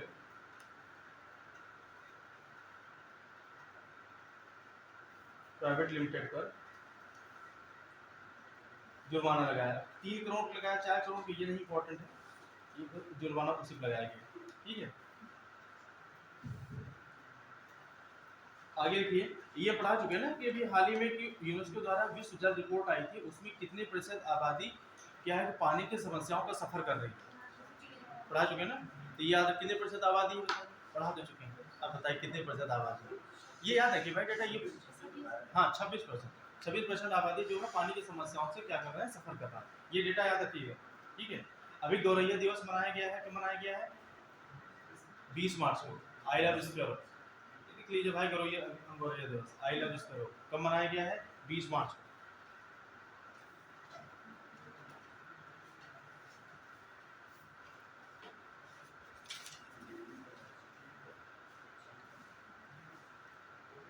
देखिए अभी देखो यहाँ यूपी क्वेश्चन तो नहीं आया, लेकिन बिहार की में क्वेश्चन इस टाइप के आए हुए हैं, तो पता नहीं आए या नहीं आए कि धर्म सम्मेलन का आयोजन, क्योंकि वहाँ पे क्या होता है, बुद्ध से ज़्यादा रिलेटेड चीज़ें हैं, तो शायद वहाँ पे आया, ये पता नहीं पूछ दिया तो क्या करो।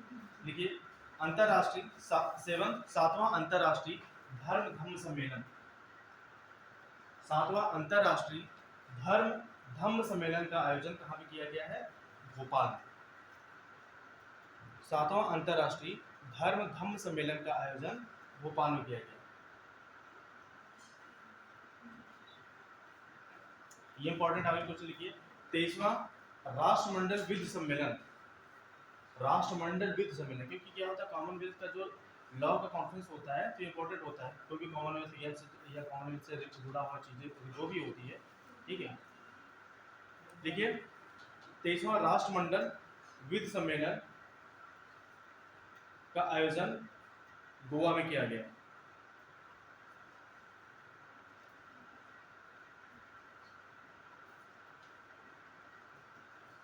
कहाँ पे?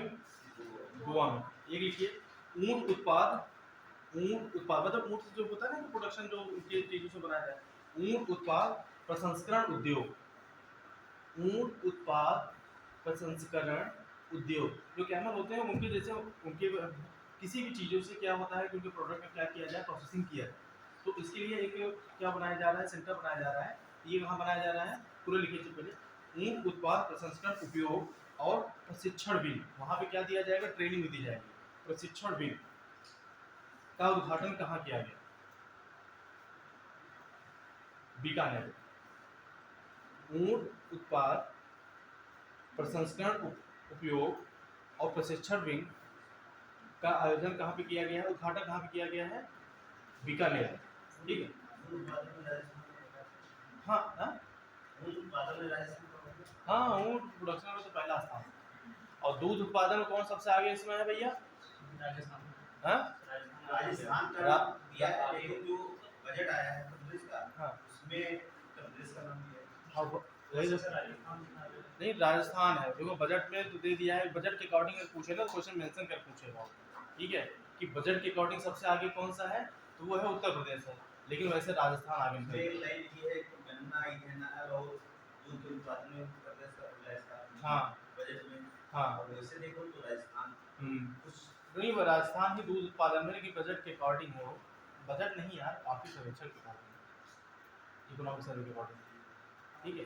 इसमें क्या एथेनॉल था, गन्ना था और तुम्हारा दूध था, तो उसमें बोला कि मतलब उत्तर प्रदेश पहले स्थान पे। एक लाइन में उसमें गन्ना, एथेनॉल और वो क्या बोलते हैं दूध, ठीक है। लेकिन वैसे राजस्थान आगे चला गया, राजस्थान इसमें आगे चला गया,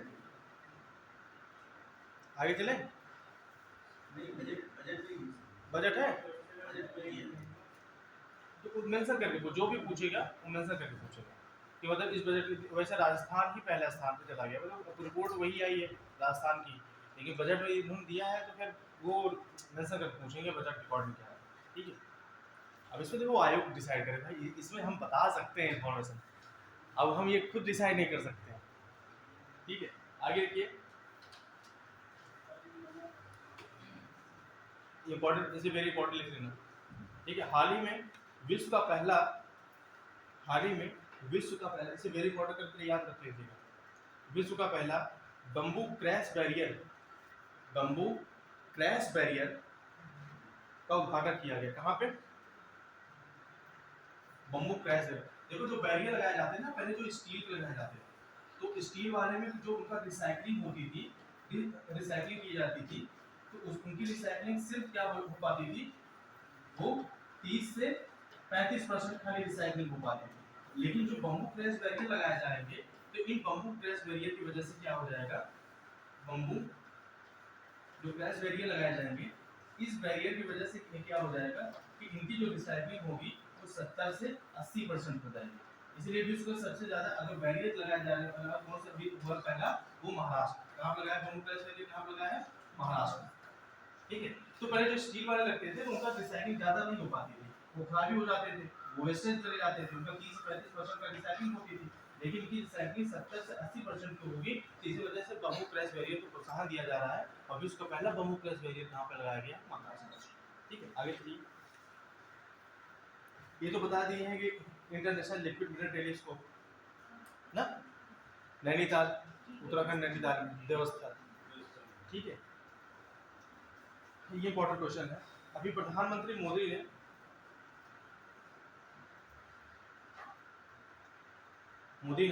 अंतरराष्ट्रीय दूरसंचार संघ, ये इंपॉर्टेंट क्वेश्चन है, अंतरराष्ट्रीय दूरसंचार संघ के नए क्षेत्रीय कार्यालय, अंतरराष्ट्रीय दूरसंचार संघ के दूरसंचार संघ के नए क्षेत्रीय कार्यालय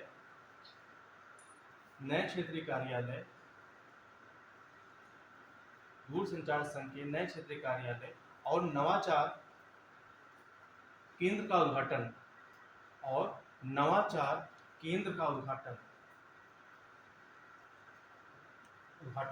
नई दिल्ली में, कहाँ पे किया, नई दिल्ली में, ये इंपॉर्टेंट है। अंतरराष्ट्रीय दूरसंचार संघ का क्षेत्रीय कार्यालय और नवाचार केंद्र का उद्घाटन किया जा रहा है, ये कहाँ पे किया जा रहा है, न्यू दिल्ली, नई दिल्ली में किया जा रहा है, ठीक है। अभी एक 53वां जिला बना मध्य प्रदेश का, मऊगंज, ये मेंशन लिख लीजिए, लेकिन इंपॉर्टेंट क्वेश्चन है नहीं, अगर बाय चांस क्वेश्चन पूछ दिया कि अभी 53वां जिला कहाँ बनाया गया है, मऊगंज, मऊगंज कहाँ का है, महाराष्ट्र, अरे सॉरी मध्य प्रदेश है।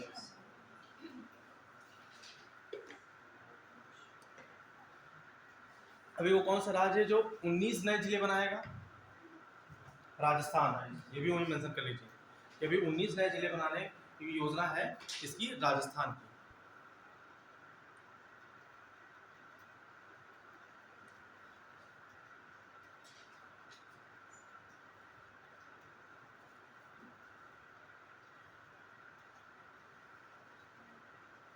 आगे लिखिए, इलेक्ट्रिक वाहन की खरीद पर रोड टैक्स और पंजीकरण शुल्क में, इलेक्ट्रिक वाहन की खरीद पर रोड टैक्स और पंजीकरण की शुल्क में छूट देने का निर्णय किस राज्य सरकार ने लिया है? ये पढ़ा चुके हैं ईवी नीति, उत्तर प्रदेश, ठीक है। ईवी पॉलिसी हम उसी से पढ़ाए थे। तो जो रोड टैक्स होता है और पंजीकरण पे वो क्या करेगा, छूट देगा, और उसके जो मूल्य होते हैं, कौन से, जो मैन्युफैक्चरिंग मूल्य होते हैं, उस मूल्य पे भी वो क्या करेगा, वो सब्सिडी देगा। जो शोरूम की प्राइस आती है, शोरूम की मूल्य प्राइस होती है, उस मूल्य पर भी वो क्या होता है, 15% की वो सब्सिडी देगा। पहले क्या करेगा, रोड टैक्स और पंजीकरण पर तो पूरे टैक्स की पूरी छूट दे देगा, इलेक्ट्रिक वाहन को खरीदेगा, और उसके जो शोरूम प्राइसेस होती है उस प्राइसेस पे 15% को सब्सिडी देगा।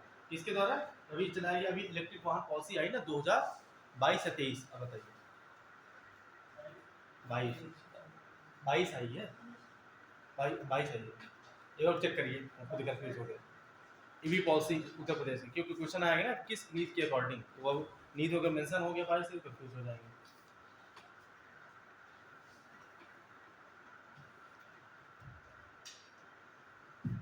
अटल इनोवेशन मिशन शुरुआत कब हुई थी? 2015। एक भारत श्रेष्ठ भारत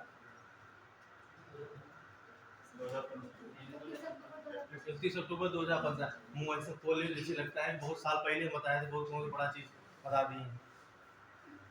ठीक है, आगे चलिए। अभी केंद्रीय कृषि मंत्रालय के द्वारा 2022 है ना, ईवी नीति 2022, ये मेंशन कर लीजिए। ईवी वहीं पे जहाँ पे अभी लिखे हैं ना, उसी नीचे लिख दीजिए ये किसमें आया है, इलेक्ट्रॉनिक व्हीकल जो पॉलिसी आई है वो 2022।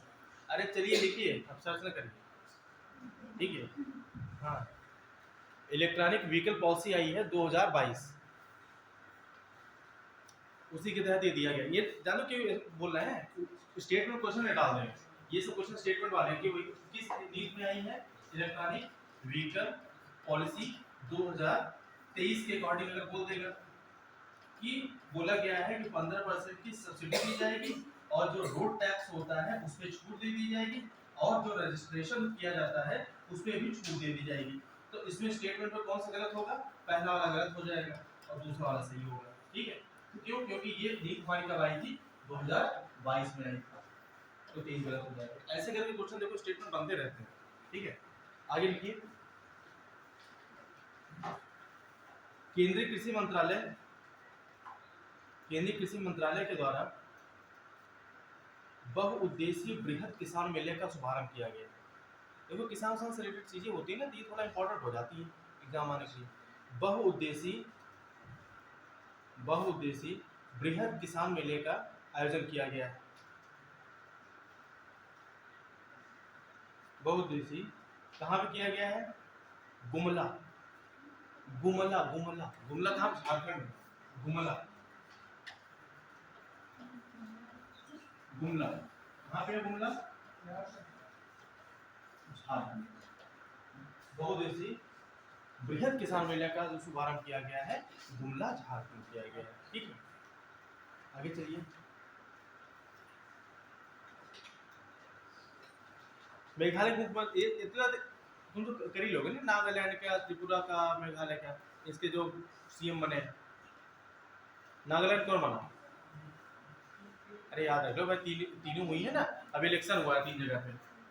नागालैंड में कितनी सीटें हैं ये याद रख लो, 60 सीटें हैं। नागालैंड का सीएम कौन बना है ये याद रख लो, और नागालैंड की पहली महिला, अभी नाम उसका कटा हुआ है नहीं याद है, लेकिन अब सुनाएगा याद हो जाएगा, सुले या ऐसे कुछ करके उसका नाम है। पहली कैबिनेट मंत्री कौन बनी है वहाँ की, ये 3 चीज पढ़ना है नागालैंड में। नागालैंड की सीटें कितनी यहाँ पे हैं, 60 सीटें हैं। यहाँ की पहली महिला कौन है जो कैबिनेट मंत्री बनी है, यहाँ पे वहाँ पे मिस्टेक कौन बनाई गई है, ये पढ़ लेना। और यहाँ पे इसके सीएम कौन बने हैं, नेफ्यू रियो बने हैं, और उस महिला का नाम क्या है, ना लंबा नाम है कैसे लो, ऐसे करके कुछ नाम है इसका, एक बार चेक कर लेना, हम बता दे रहे हैं, ये चेक जरूर कर लेना। ये वाला क्वेश्चन। और अभी मेघालय हुआ है, मेघालय में कितनी सीटें हैं, ये 60 सीटें हैं। इसके कोनराड संगमा बने हैं, सीएम बने हैं, ये इंपॉर्टेंट है, ठीक है। अब फिर पढ़ना है तुम्हें, कहाँ हुआ, त्रिपुरा हुआ ना, मेघालय, नागालैंड, त्रिपुरा, यहाँ पे कितनी सीटें हैं, ये 60 सीटें हैं। इसके सीएम कौन बने हैं, इसमें क्या होता है, टिपरा लैंड पे एक लड़ाई हो रही थी, कि डिफरेंट मांग कहाँ हो रही है, वो त्रिपुरा में हो रही है, डिफरेंट मांग, ठीक है, इसे रिलेटेड ये न्यूज। और इसके सीएम, इसमें सीटें कितनी है, ठीक है, त्रिपुरा के सीएम कौन है, मणिक साहब, ठीक है, मणिक साहब, और उसके क्या है नेफ्यू रियल, उसके क्या है कोनराड संगमा, और तीनों में जो सीटें हैं ना वो 60-60 है, याद रखना, क्योंकि क्वेश्चन यही बनने की संभावना है कि इनकी सीटें कितनी है, ये 60-60 है। और नागालैंड में इंपॉर्टेंट ये है कि यहाँ पे जो महिला बनाई गई है ना, ये इंपॉर्टेंट, जखालू तो वो बनी है पहली महिला वो तो निर्वाचित हुई वहाँ पे, हानि जखालू, जो मंत्री बनी। दूसरे वाला नाम बताओ, दूसरा नाम बताओ उसमें, अरे बहुत उल्टा नाम है वो, अरे दूसरा उसमें है, दूसरा महिला देखो, एक महिला तो तुम पढ़ लिखे जखालू का, और दूसरी वाली भी देख लो, तो पूरा नाम बोलो, वही तो नाम है, वो सच नाम ऐसे सबोतु वो लोग ऐसे कुछ करके नाम है, ठीक है, उसे रीड कर लो, मतलब पढ़ लो। अच्छा तुम बोल दो तो जितने लोग हैं लिख ले भाई कम से कम, अरे नाम तो बोलो, बहुत टेढ़ा नाम है।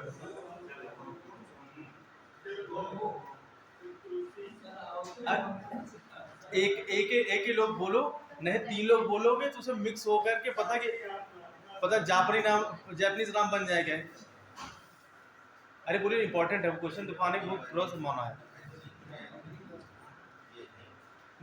ये भी लिख लीजिए, देखो नागालैंड से न्यूज पढ़ने की पहले वाला निर्वाचित कौन हुई है, ठीक है, दूसरा पढ़िए फिर मंत्री कौन बनी, मंत्री दूसरी वाली बनी है। अरे नाम बोलो भाई, बहुत दिल लगा रहे नाम बोलने में, जो हम बोले कहाँ पे है, अरे है कहाँ पे,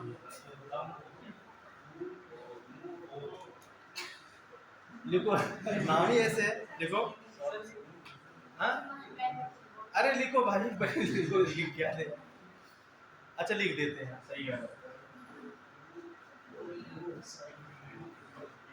साल होतु, साल होतु रहा है, साल होतु, होतु उनो, साल होतु उनो क्रूज, देखो भैया साल होतु उनो ना याद रखना, सीधा क्रूज नाम याद रखना, ठीक है।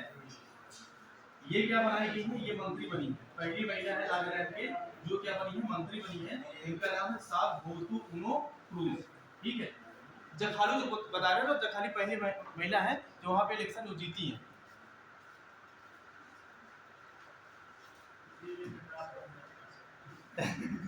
इसलिए कटाव कम नहीं आता, ये नाम है इतने टेढ़े नाम इसके थे, हम इसे 4 बार खुद पढ़े हैं और फिर भी याद नहीं होता है, वो फिर मेरे माइंड में है कि ऑप्शन आए वही टिक होगा। चलिए आगे,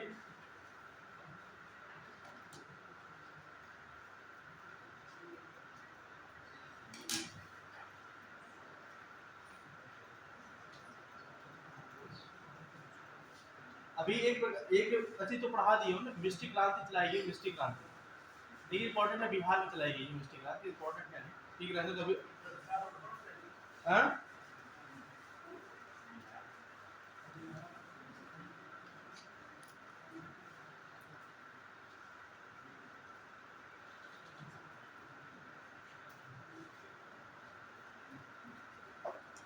एशियाई बिलियर्ड्स ये भी इंपॉर्टेंट तो नहीं है, देखिए लिखिए कुछ दिवस लिख लीजिए, ठीक है। पहले एक क्वेश्चन नोट लिखिए, अभी जो चलती है ना एमिरेट्स, एमिरेट्स एक एयरलाइन चलती है ना, तो अगर देखा जाए तो एमिरेट्स जो इंडिया में सेवा देने के मामले में वो तीसरे स्थान पर रही है, ठीक है, डोमेस्टिक मतलब जो भी लोग सर्विस देती है तो सर्विस देने के मामले में तीसरे पोजीशन पर रही है एमिरेट्स। लेकिन ये पूछा जाएगा वो कौन सी विदेशी कंपनी है कि जो पहले स्थान पर रही है इंडिया में सेवा देने के मामले में, तो कौन सी रही है, एमिरेट्स रही है, ये इंपॉर्टेंट क्वेश्चन है, लिख लीजिए। एमिरेट्स भारत में, एमिरेट्स भारत में सेवा देने वाली सबसे बड़ी विदेशी एयरलाइन बनी, ठीक है।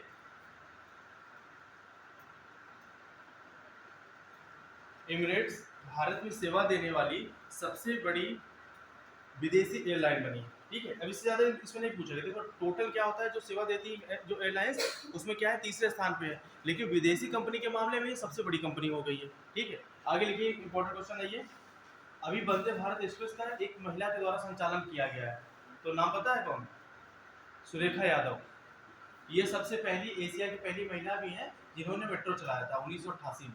तो ये अभी हाल ही में क्या हुआ कि इन्होंने वंदे भारत एक्सप्रेस का संचालन किया है हाल ही में। वंदे भारत एक्सप्रेस का संचालन करने वाली, वंदे भारत एक्सप्रेस का संचालन करने वाली पहली महिला कौन? सुरेखा यादव। पहली महिला सुरेखा यादव। ये क्या होता, पहले महिला, अब एक ही मेंशन कर लीजिए, ये पहली महिला लोको पायलट भी बनी थी 1988 में। 1988 में ये पहली महिला लोको पायलट बनी थी, ट्रेन ड्राइवर, 1988।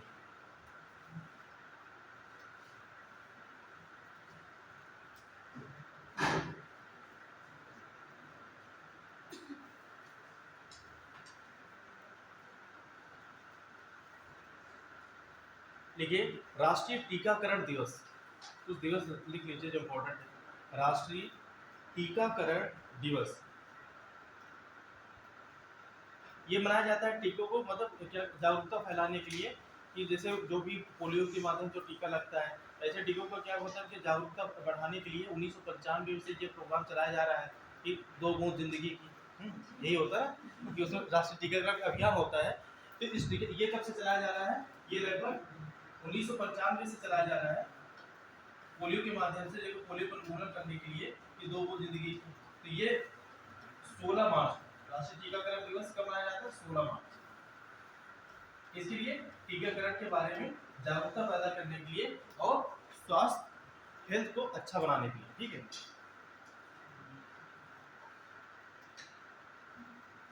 भारत को पोलियो मुक्त घोषित कर दिया गया था, लेकिन क्या पोलियो मुक्त अभी है? अभी जैसे क्वेश्चन आ गया, पोलियो मुक्त घोषित कर दिया गया था 2014 में WHO द्वारा, ये मेंशन कर लो, पता नहीं स्टेट में क्वेश्चन आ गया, तो इसे पोलियो मुक्त डिक्लेयर कर दिया गया है कब? 2014 को WHO के द्वारा।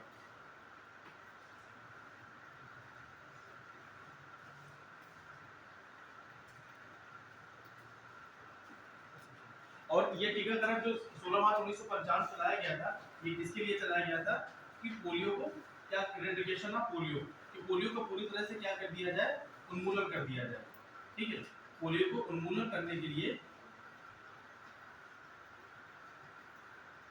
पोलियो को उन्मूलन करने के लिए ये राष्ट्रीय टीकाकरण अभियान चलाया गया था। कब चलाया गया था? 16 मार्च 1995 में शुरुआत हुआ था, और एक राष्ट्रव्यापी अभियान बना था 2 बूंद जिंदगी की, उसी के माध्यम से लगातार पोलियो को समाप्त करने के लिए ये चलाया गया। और 2014 को, मतलब 27 डेट नहीं याद आता, अच्छा 2014 को WHO के द्वारा इसे क्या कर दिया गया?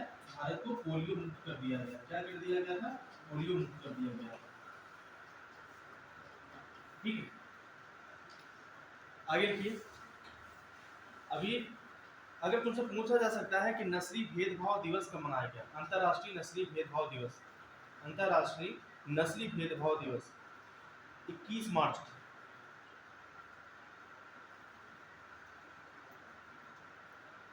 21 मार्च को। ठीक है, और 21 मार्च को ही मनाया जाता है फॉरेस्ट्री डे। ठीक है, वानिकी दिवस, अंतर्राष्ट्रीय वानिकी, 21 मार्च को ही अंतर्राष्ट्रीय वानिकी दिवस मनाया जाता है, क्योंकि 20 मार्च को गौरैया दिवस, 21 मार्च को वानिकी दिवस, 22 मार्च को जल दिवस, 23 मार्च को है? अरे शहीद दिवस तो है ही, और 23 मार्च क्यों मनाया जाता है? हाँ, कोई बोला भी, कुछ बोला? हाँ, मौसम से रिलेटेड भाई। 23 मार्च 1950 को WHO की स्थापना हुई थी, तो मौसम पे आधारित जो दिवस मनाया जाता है 23 मार्च मनाया जाता है, ये 3।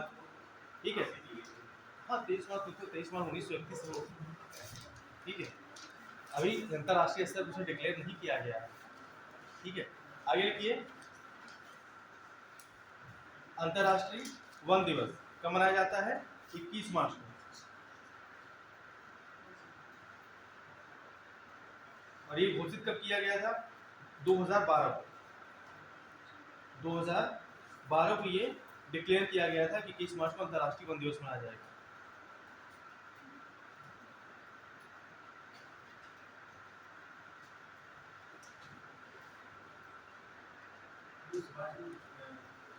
एक लिखिए। हाँ, 14 अप्रैल। क्या बोल रहे हैं?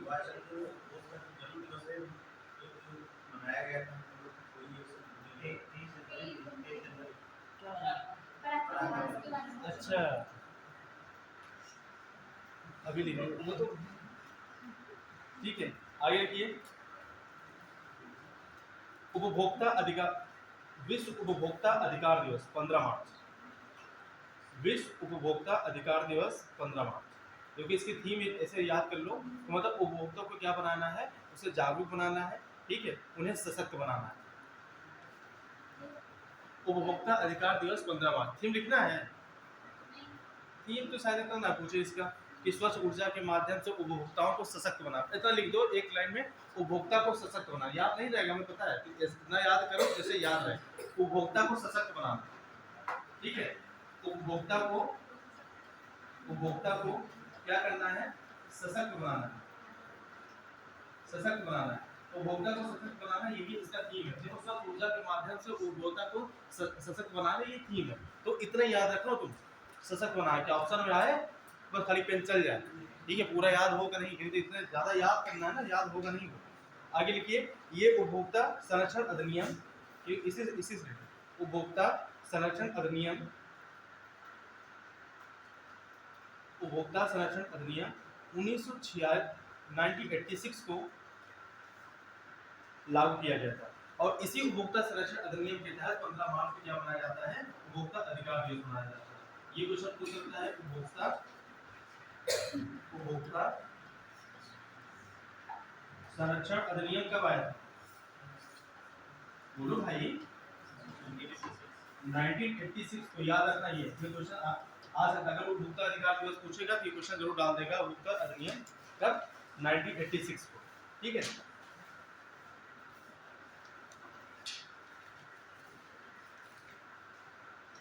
ब्रेक चाहिए कि चलने दिया जाए, फिर बीच ले लेना, ब्रेक तो लेना, अभी चाहिए एकदम दे दे।